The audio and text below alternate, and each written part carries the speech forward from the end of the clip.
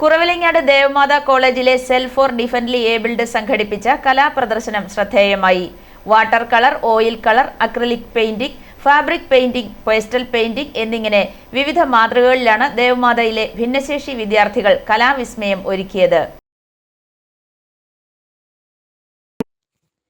ചിത്രകാരൻ കുര്യാക്കോസ് കെ.വി. കലാപ്രദർശനം ഉദ്ഘാടനം ചെയ്തു.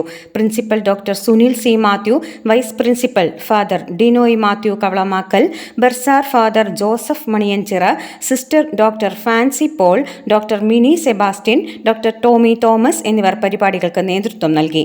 Sister Aleena Kuriakose, Sana Shajid C, Manu Babu, Krishnaraj TR., Sachu Jacob, Advaith Sabu, Amruthapriya MA. എന്നീ വിദ്യാർത്ഥികൾ രചിച്ച ചിത്രങ്ങളാണ് പ്രദർശന വിപണന മേളയിൽ സജ്ജീകരിച്ചിരിക്കുന്നത്. ഐ4 ന്യൂസ്, ഏറ്റുമാനൂർ.